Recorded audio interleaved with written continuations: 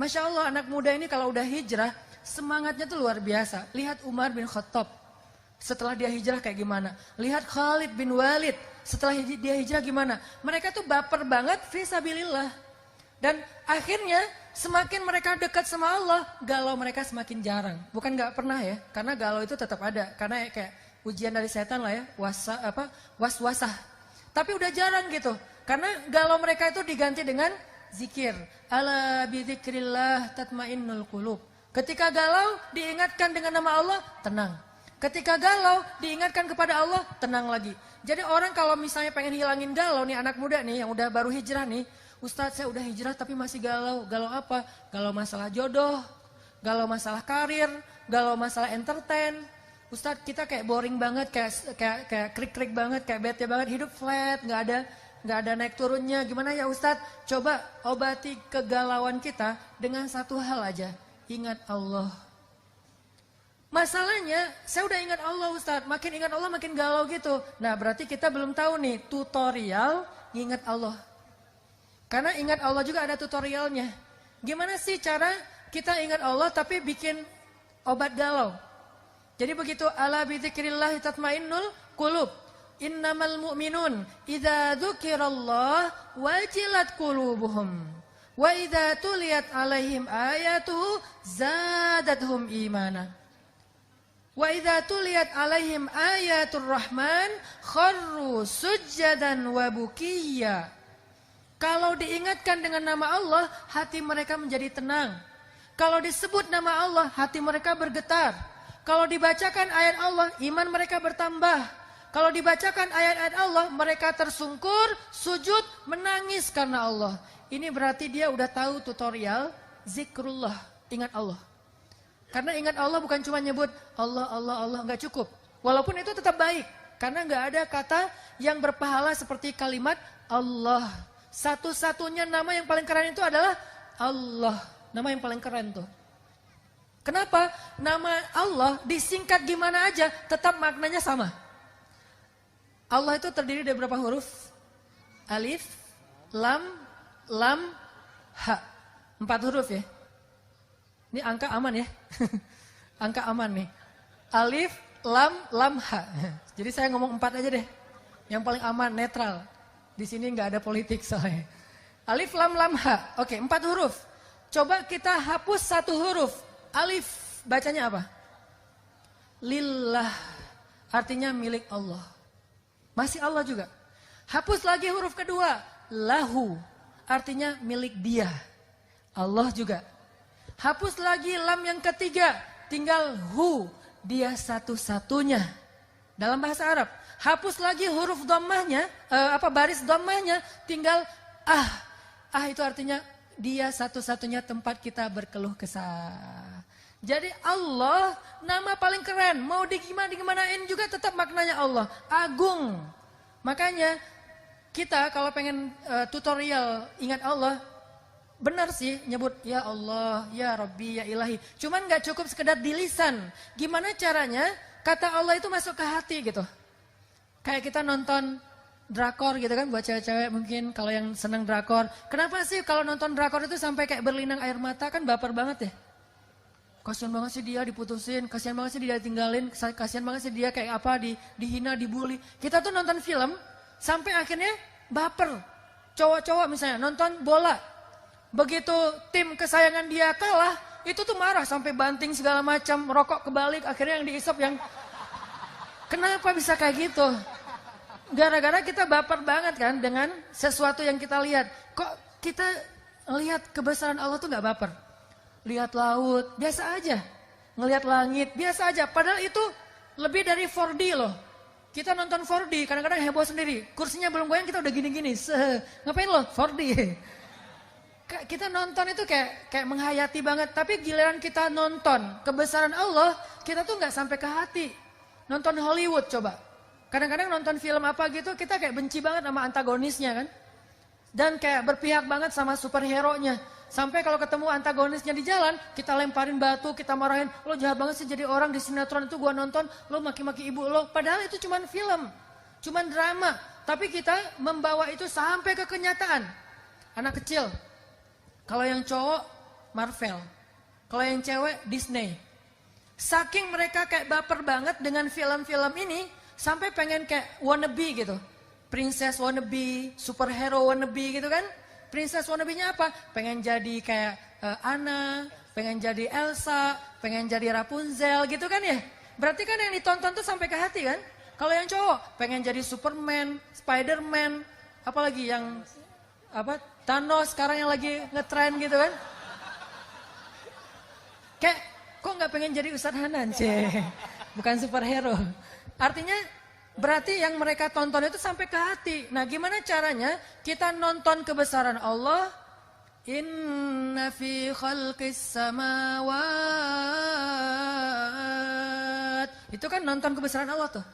Inna fi khalqis samawati wal ardi wa ikhtilafil laili wan nahar la ayat. Ada ayah. Apa arti ayah? Bukan ayah ya. Ayah itu bapak. Kalau ayah dalam bahasa Arab itu artinya banyak. Salah satu di antara makna ayah adalah bekas. Itu ayah. Ayatun artinya bekas. Selain tanda, ada bekas, ada petunjuk. Itu ayah. Nah, salah satu di antara makna ayah selain tanda, tanda juga boleh bekas. Berarti maksud Allah dalam ayat ini, kalau kita nonton tentang kebesaran Allah di langit, kita nonton kebesaran Allah di bumi, kita nonton kebesaran Allah di laut, harusnya jadi berbekas di hati kita. Itu baru orang yang ulul albab. Berbekas di hati kita. Bekasnya apa? Bekasnya kayak takjub gitu sama Allah. Bekasnya kayak respect gitu sama Allah. Bentuk respect kita, subhanallah. Itu bentuk respect kita kan? Gimana bentuk respectnya? Subhanallah, Masya Allah, la haula wa la quwata illa billah. Itu tuh bentuk respect kita. Sama kayak kita respect sama orang. Kalau anak pantai itu biasanya suka gini. Weh bro, gitu kan ya. Dude, gitu kan. Jadi kayak ngasih kode, gua sama lo bro gitu. Terus kayak kalau respect anak-anak street, kayak gini kan. Kayak tadi kita respect dengan negeri kita yang kita cintai. Begitu lagu Indonesia Raya, kita taruh tangan kita di dada. Bahwa kita tuh cinta banget sama negeri ini. Ini adalah warisan pahlawan dan nenek moyang kita. Kita itu pewaris sah atas negeri ini. Jangan sampai kita sendiri yang menghancurkan negeri yang diwariskan nenek moyang kita dengan melalui perpecahan di antara kita. Ini nih, salah satu pesan penting banget, poin penting nih. Negeri ini adalah warisan nenek moyang kita, keturunan kita banget nih. Itu semuanya harus di hati rasanya. Karena kalau kita lihat kebesaran Allah nggak kerasa di hati, berarti kita baru melihat itu dengan mata, belum dengan iman. Belum maksimal nih tutorialnya. Dan kalau kayak gitu, berarti belum bisa ngilangin galau. By the way, salah satu di antara kebesaran Allah, ciptaan Allah yang paling keren dilihat itu siapa? Istri. Kalau nggak punya ustadz, masa ngelihat teman kos-kosan? Lo lagi ngeliat gue ngapain sih gitu? Melihat ciptaan Allah. Ciptaan yang gimana? Ciptaan yang kayaknya nih agak-agak aneh nih. Kenapa bisa jadi gini? Padahal Allah kan mencipta dengan indah. Kenapa kamu kok gini? Gitu. Ciptaan Allah yang indah dilihat itu adalah istri. Memandang istri berpahala. Ngelihatnya aja kayak sholat 2 rakaat. Makanya pagi-pagi itu kebiasaan orang yang udah nikah. Ngelihat istrinya rempong. Lalu lalang diliatin. Yang kamu ngapain sih ngelihat aku kayak gitu? Aku lagi pengen cari pahala gitu. Lagi beribadah. Beribadah gimana? Memandang kamu. Oh gitu? Jadi kalau memandang itu dapat pahala. Ya udah aku pandang kamu juga. Akhirnya pandang-pandangan. Kalau sendiri. Aduh. Jadi beda ya. Banyak hal bedanya lah. Sholat tahajud berdua sama sendiri itu beda. Tahajud dengan pasangan. Kayak Nabi dengan Aisyah. Nabi kan pernah ya sholat tahajud ya. Nggak ngebangunin Aisyah. Kenapa? Tahajud Nabi itu kan lama banget ya. Sampai ada sahabat yang hafiz Al-Quran namanya Ibnu Mas'ud. Pengen jadi makmum Nabi pas tahajud. Tapi dia kayak nggak nyolek gitu kan. Harusnya kita kalau ngemakmumin nyolek kan. Depan, gue ngemakmum nih. Ya udah lanjutin aja. Nggak gitu sih, lagi sholat soalnya. Terus dicolek jadi makmum nih. Dia nggak nyolek, Nabi akhirnya bacanya panjang banget. Sampai akhirnya dia mau hampir mundur, kayak cari pura-pura batal, kayak aduh batal, pergi aja gitu kan ya. Padahal itu hafiz loh, Ibnu Mas'ud. Saking panjangnya sholat Nabi, 1 rakaat 5 juz. Ada yang pernah sholat 1 rakaat 5 juz? Alhamdulillah sama. Saya pernah sekali doang tuh, yang di Mesir. 1 malam 10 juz. Saya lupa antara 10 sampai 15. Pokoknya paling sedikit 10 juz semalam. Itu juga nggak sengaja. Gara-gara ustadz saya, syekh saya, Hanan yuk ikut saya. Imamnya bagus, saya terawih. Ayo. Pas saya berdiri, alif lam mim. Oke, alif lam mim, saya hafal gitu kan. Nggak sengaja tiba-tiba udah tengah juz. Bentar, ini kok udah setengah juz ya. Terus saya kayak udah mulai berdiri sebelah kaki gitu. Udah freestyle gitu kan sholatnya gitu. Kenapa jadi gini kok berat banget ya. Terus udah 1 juz, saya berpikir habis 1 juz, ruku dong. Jadi begitu udah 1 juz, saya udah siap-siap aja gitu, udah gini-gini. Saya kulus sufaha, saya langsung gini lagi. Tapi kayak nyesel banget, gua ngapain sih sholat di sini gitu kan. Udah gitu beres Al-Baqarah, lanjut Alif Lam Mim kedua, Ali Imran. Itu benar-benar kapok. Saya tuh udah kasih semua kode loh. Bersin udah, batuk udah. Masa saya harus pura-pura batal gitu, gue batal loh ya, pergi gitu kan. Kan gak mungkin ya, Allah Maha tahu. Nah, Rasul sholat tahajud gak ngebangunin Aisyah di sebelah. Waktu itu pas Nabi lagi ruku, Nabi lagi sujud, di tubuh Nabi itu kayak kedengaran ada suara tulang patah atau tulang kegesek gitu. Aisyah bangun, astagfirullahaladzim, Nabi kenapa kok kayak ada suara tulang gitu di tubuh beliau. Kayak orang lagi patah tulang kan, truk gitu. Nabi sujud bunyi, Nabi ruku bunyi. Akhirnya Aisyah kasihan sama Nabi, diusap-usap di sebelah Nabi gitu. Nabi lagi sholat diusap-usap. Begitu Nabi beres sholat, Nabi menghadap, Assalamualaikum. Ada Aisyah di sebelah. Itu tuh bedanya sholat berdua sama sendiri. Pernah sholat ditungguin pasangan? Sholat tahajud ditungguin pasangan. Dia duduk di sebelah. Kok duduk di sebelah gak ikut sholat Ustaz? Lagi dapat gilirannya, periodenya. Jadi nggak bisa sholat, lagi haid. Duduk di sebelah, nggak bisa sholat juga dia kayak setia gitu dampingin sholat. Apa bedanya? Bedanya pas salam. Assalamualaikum warahmatullahi. Beda. Kalau sholat sendiri, Assalamualaikum warahmatullahi. Mana sih? Nggak ada siapa-siapa gitu kan. Kalau ini sholat salam, terus bedanya lagi apa? Pas amin. Waladhdallin, amin. Gitu aminnya. Kalau sholat sendiri, waladhdallin. Gak ada yang aminin. Atau kalau ada pun suaranya, amin. Kan ngeri. Jadi kalau kalian pengen ibadahnya tuh kayak nyaman gitu ya, nikah ya. Balik lagi tadi ya. Jadi salah satu di antara ciptaan Allah yang kalau dilihat itu berpahala dan kayak gampang banget bapernya, lihat mantan. Pasangan maksudnya. Istri, bukan lihat mantan. Lihat mantan di sosmed gak boleh. Pakai akun palsu. Kok Ustaz tahu aja sih? Pengalaman. Enggak lah, saya akun cuma 1. Hanan_Attaqi, follow. Modus. Oke, jadi gimana sih caranya kita zikir, kita nyebut nama Allah tapi kerasa di hati. Salah satunya teman-teman coba sebut nama Allah itu yang sesuai dengan masalah kita. Jadi kalau kita ada masalah, makanya kita hafal beberapa nama Allah itu sesuai dengan masalah. Kenapa ada 99? Walaupun bukan batasan, karena nama Allah itu nggak terbatas kan. Cuman yang terkenal itu kan 99 tuh. Sama kayak nama Nabi kan yang terkenal itu 25 kan. Padahal yang kita kenal bukan 25 loh, 26. Ada satu lagi yang kita kenal, common, Nabi Khidir. Berarti kan Nabi bukan 25. Ada Nabi Khidir, ada Nabi Yusha, Joshua, ada Nabi Daniel. Nabi itu ada lebih dari 100.000. Cuman yang terkenal 25. Nama Allah yang terkenal 99, tapi nggak terbatas. Kenapa ada 99?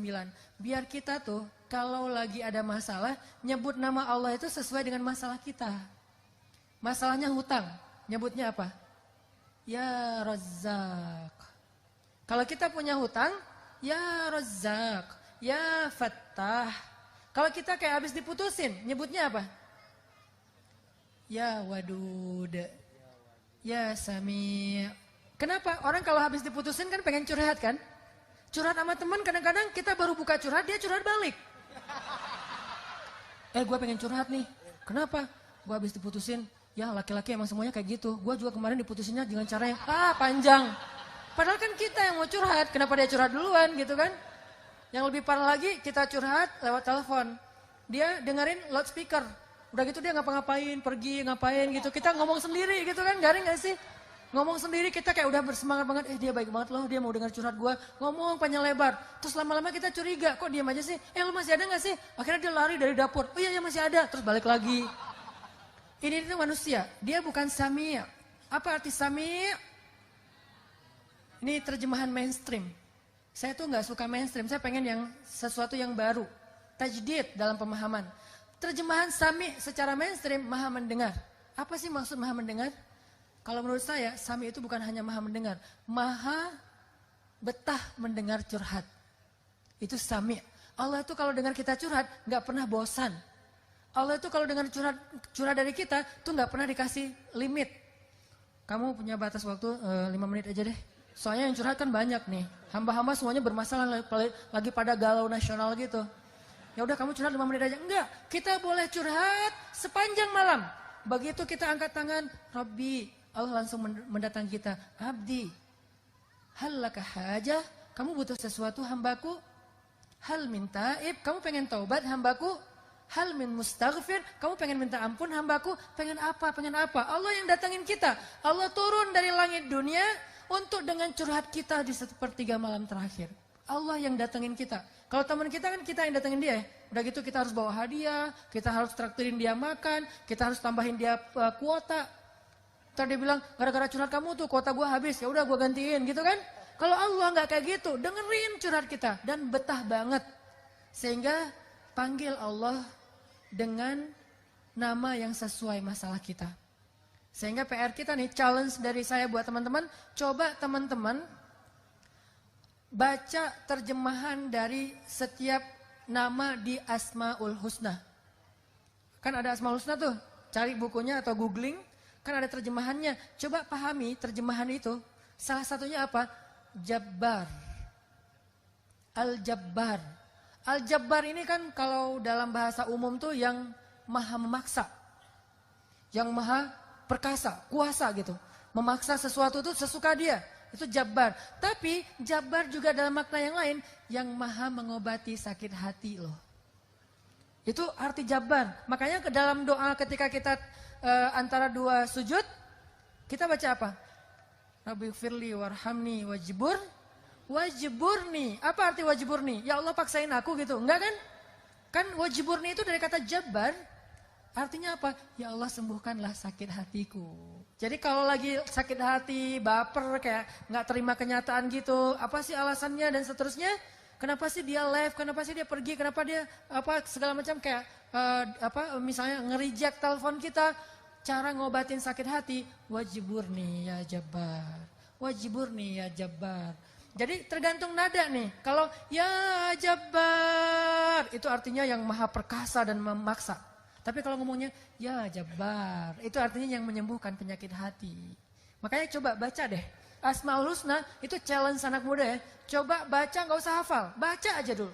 Karena kalau disuruh hafal nanti berat. Baca aja, pas ada masalah ngomong dengan nama itu. Wahai Zat yang maha mendengar. Saya lagi pengen curhat.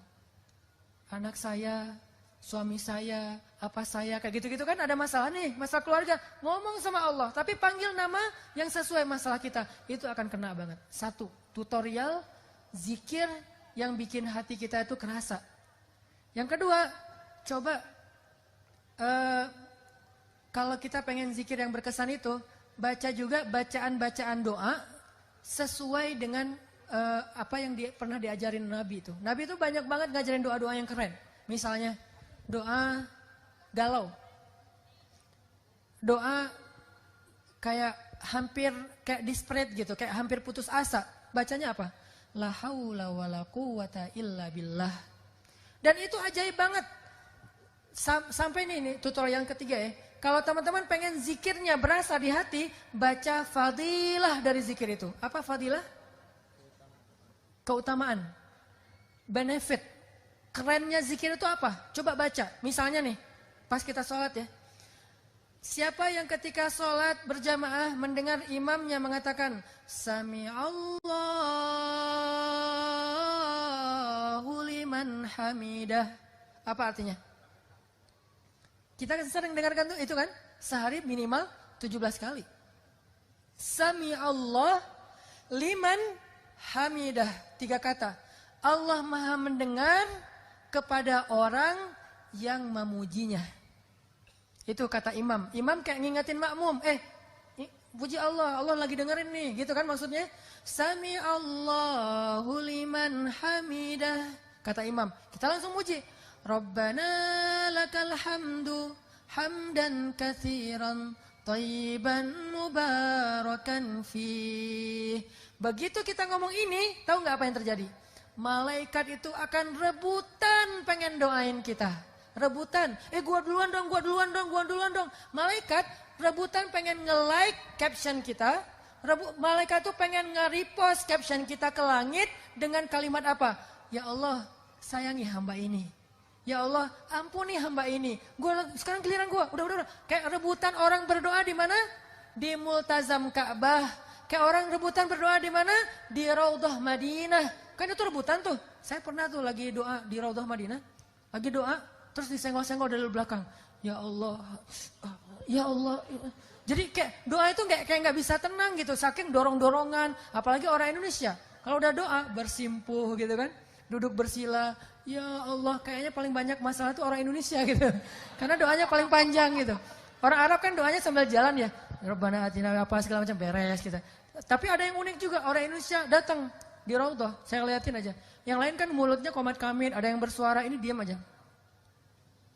Pas sudah keluar Raudhah, amin. Jadi apa maksud dia? Dia kayak ngaminin doa semua orang buat dia sendiri gitu. Ini doa cerdas nih. Dia kayak baru hijrah gitu kan. Baru hijrah terus gak baca doa. Gak tahu, gue baca apa sih? Yaudah deh. Amin, samain aja deh sama yang lain ya Allah gitu. Jadi paket komplit gitu kan. Nah malaikat itu tuh ngedoain orang yang memuji Allah ketika iktidal. Itu kayak orang berdoa di Raudhah loh. Kayak orang berdoa di Multazam depan pintu Ka'bah atau di Hajar Aswad. Orang kan mau Hajar Aswad tuh kan tarik-tarikan tuh. Ada ibu-ibu tuh mau nyium Hajar Aswad. Sampai dia akhirnya kelempar ke atas. Kan semua di sana orang berhijab kan. Dia kelempar di atas. Pas sampai kelempar atas, kelempar ke depan. Udah di depan dia nyium Hajar Aswad. Kelempar lagi ke belakang, hijabnya ketinggalan. Di Hajar Aswad. Dia kelempar ke belakang. Terus dia, alhamdulillah bisa cium Hajar Aswad. Bu kepalanya, astagfirullah gitu. Ini nih hebohnya orang pengen apa? Pengen doa di sana kan ya. Nah ternyata malaikat itu juga ada kayak momen-momen kayak gituan. Bukan cuma manusia doang yang kayak gitu. Kita pernah kayak gitu di pas umroh dan haji. Malaikat juga pernah. Kapan? Salah satu momen malaikat rebutan berdoa itu adalah ketika Sami Allahu liman hamidah. Kita di belakang. Rabbana lakal hamd. Hamdan katsiran tayyiban mubarakan fi. Itu malaikat rebutan pengen doain kita. Udah dong, gua dong. Ada berapa malaikat? 70.000 malaikat. Kebayang gak tuh keutamaan doa itu tuh? Baru baca gitu doang.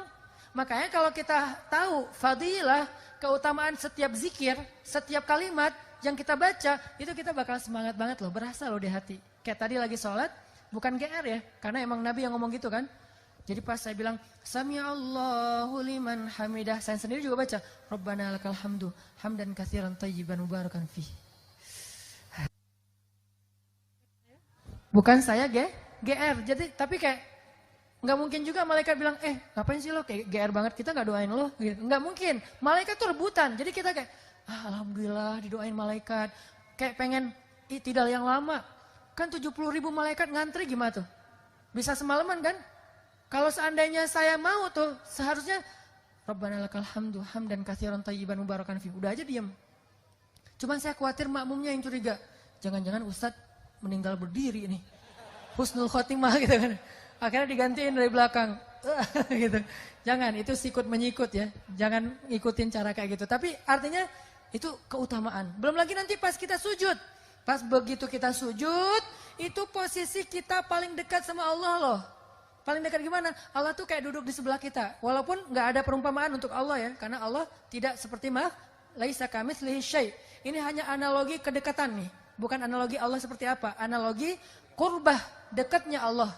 Itu kayak kalau kita sama teman tuh kayak lagi nempel kulit sama kulit. Lu ngomong apa, lu mau minta apa gitu. Kayak ayah sama anak, ibu sama anak. Anakku digendong, didekap gitu. Allah tuh lagi mendekap kita. Kapan? Pas kita sujud. Jadi begitu sujud kita tuh berasa lagi didekap Allah. Ngapain bangkit cepat-cepat?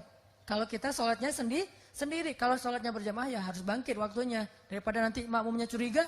Tiba-tiba ada yang lagi sujud lama, nggak mungkin. Ada yang gini, apa sih imamnya? Jangan-jangan batal. Tiba-tiba ntar imamnya hilang, tinggal makmum gitu kan ya. Kenapa? Batal wudhu gitu. Akhirnya sujud yang lama. Kenapa? Karena Allah lagi dekat banget sama kita pas kita sujud. Sehingga kita baca, Rabbi, ilaika aslamtu, wa bika amantu, wa alaika tawakkaltu. Bukan wa alaika aftartu, wa bika apa? Itu mah doa iftar ya. Enggak. Ini artinya teman-teman 3 itu ya. 1, hafal Asmaul Husna. 2, hafal doa-doa yang diajarin Nabi, diajarin sahabat, diajarin ulama. Boleh nggak Ustaz doa kita bikin sendiri? Boleh. Selama itu baik.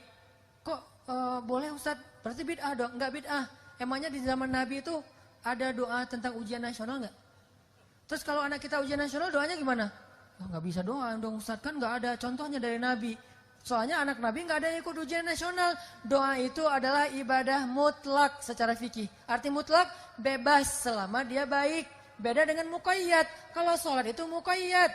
Udah ada aturannya, how to-nya. Kalau doa mutlak bebas. Kita bisa berdoa nggak angkat tangan, freestyler gitu kan. Lu lagi ngapain? Lagi doa. Kok nggak angkat tangan? Gua free ride. Jadi kayak nggak ngangkat tangan gitu. Ya Allah, santai banget anaknya. Nabi pernah doa nggak angkat tangan? Pernah. Doa apa? Doa pas naik kendaraan. Karena Nabi baca doa itu pas lagi naik. Kebayang gak angkat tangan lagi naik kendaraan? Gimana tuh? Apalagi moge naik Harley. Sambil naik tuh, sambil baca doa kan gak mungkin ya. Sambil angkat tangan. Pasti Nabi pegangan setir gitu kan. Setir itu adalah tali kekang onta. Itu setirnya gitu. Jadi doa gak pakai angkat tangan boleh. Atau angkat tangan juga boleh. Gini. Ada yang angkat tangannya gini. Girly banget sih.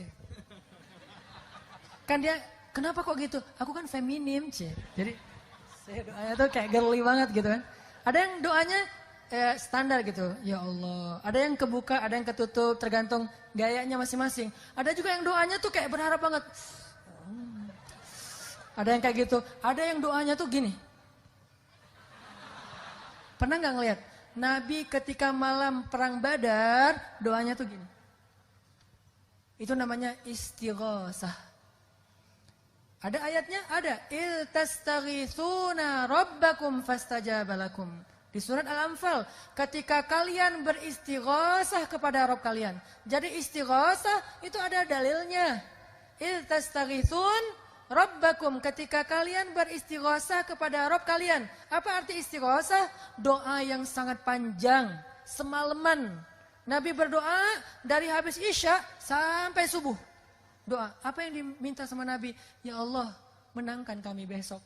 Ya Allah, kalau kami besok semuanya terbunuh, nggak ada lagi orang yang akan menyebut namamu di muka bumi. Saking Nabi berharapnya, Nabi mengangkat tangannya setinggi mungkin sampai jatuh syalnya Nabi diangkat lagi sama Abu Bakar. Jadi kita bisa berdoa dengan cara itu. Bisa juga, ya terserah sih. Kalau doanya misalnya kayak, ya Allah besok saya mau ujian gitu ya. Ya Allah saya mau kerja. Kalau udah kayak gini, jodoh. Ya Allah. Nah, yang paling tinggi itu bab jodoh ya.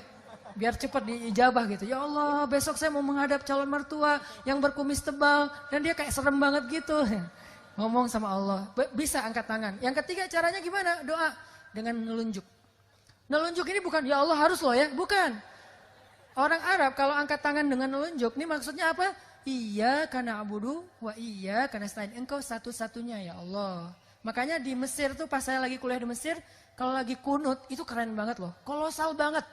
Jadi imamnya baca gini, Allahumma hdina fi man hadait. Makmumnya bukan bilang amin, bilangnya apa? Ya Allah, itu serentak satu lapangan besar. Apalagi bulan Ramadan, sampai jalan-jalan tutup semuanya.